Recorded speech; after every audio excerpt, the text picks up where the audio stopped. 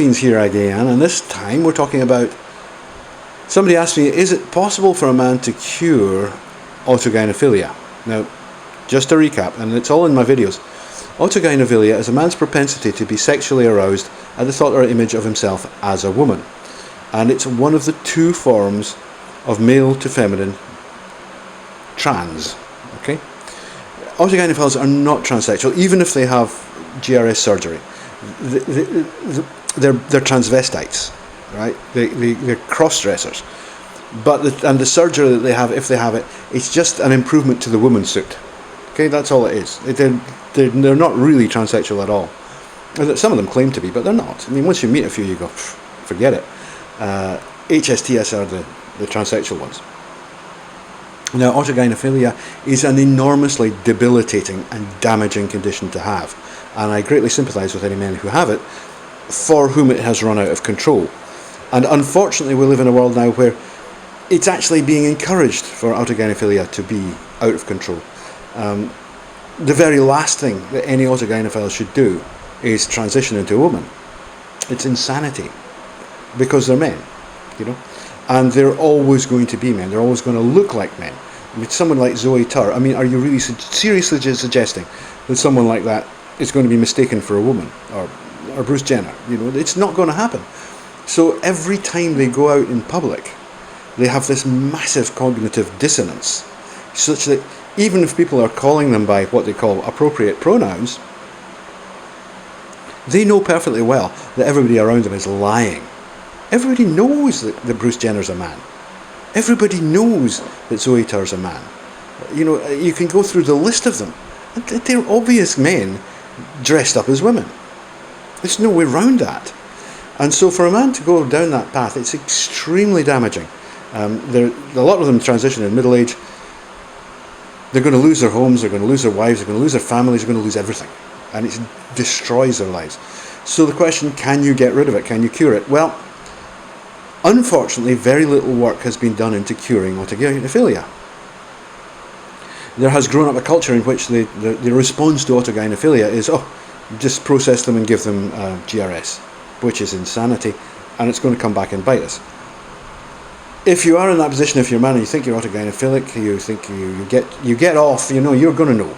If you like imagining yourself to be a woman when you masturbate, or if you try on, you know, like wearing women's clothing when you masturbate, or you have desires to be penetrated by a man, playing the role of a woman to a man, you're autogynephilic. You have autogynephilia, and you need to think about what to do about it. And in basic terms, you know, I'm a holistic thinker. The first thing you need to do is to round yourself off, to heal yourself. This is a part of you that is aberrant. It's wrong. You're not a woman. You know, you need to try to limit the damage that this is doing to you, and the way you do that is by not indulging it. Right? Don't have anything to do with it. Just walk away from it. Get rid of all the stuff. You know, if you've bought clothes or you've bought dildos or any of that stuff, get rid of them and don't buy them back. Get rid of your credit card. You're an addict. Autogynephilia has a lot in common with, you know, drug addiction. You're addicted to this idea of yourself as a woman. You are not a woman. Okay? These people are not women. They're men with a mental disorder. And what we're talking about is curing that. Now, I think personally, for people who've gone as far down the line as someone like Jenner or Tur have, I doubt if there's any possible cure. I think they're lost, and their lives are just going to be like that. If you're not that far down the track, if you have started having these feelings, stop. Just stop, especially if you're a teenager. Don't be taken in by all the trans garbage. There's only one form of transsexual. Those are called homosexual transsexuals. They adore, a male homosexual transsexual is fixated on the idea of sex with men. That's a totally different thing from being fixated on the idea of yourself as a woman having sex with a man. It's not the same thing, right? If you're autogynephilic, you're not transsexual. You're transvestite, and you need to deal with it, because it will get worse. And every time you indulge it, it'll get worse. No, I've certainly spoken to autogynephiles who say that, you know, they tried everything they could. They followed really masculine career paths.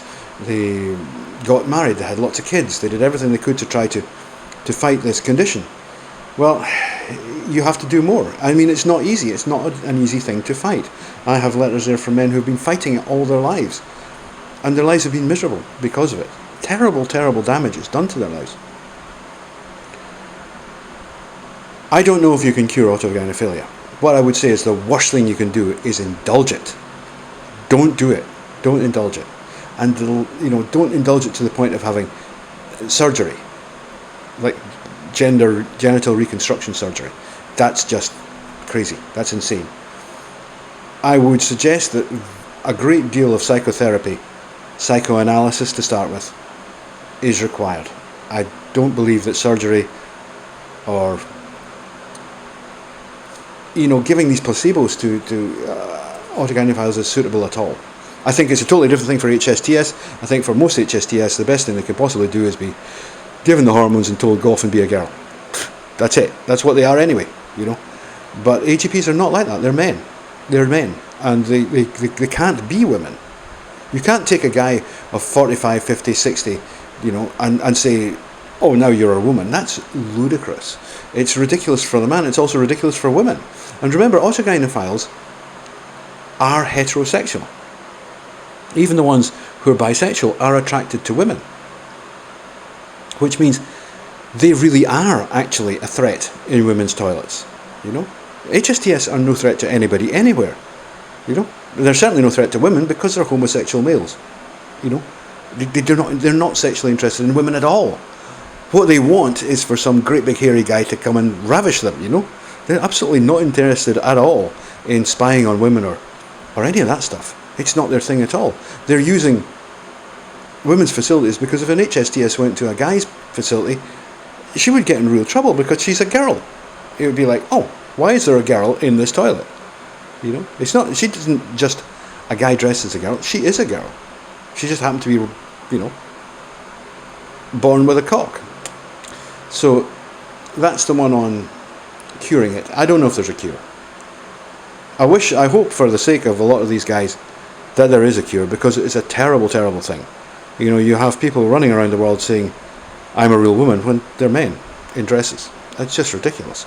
And they're trying to persuade everyone that, you know, if you don't accept that they're women, that we're somehow discriminating against them. We're not. We're just stating a fact. You know, they're not women.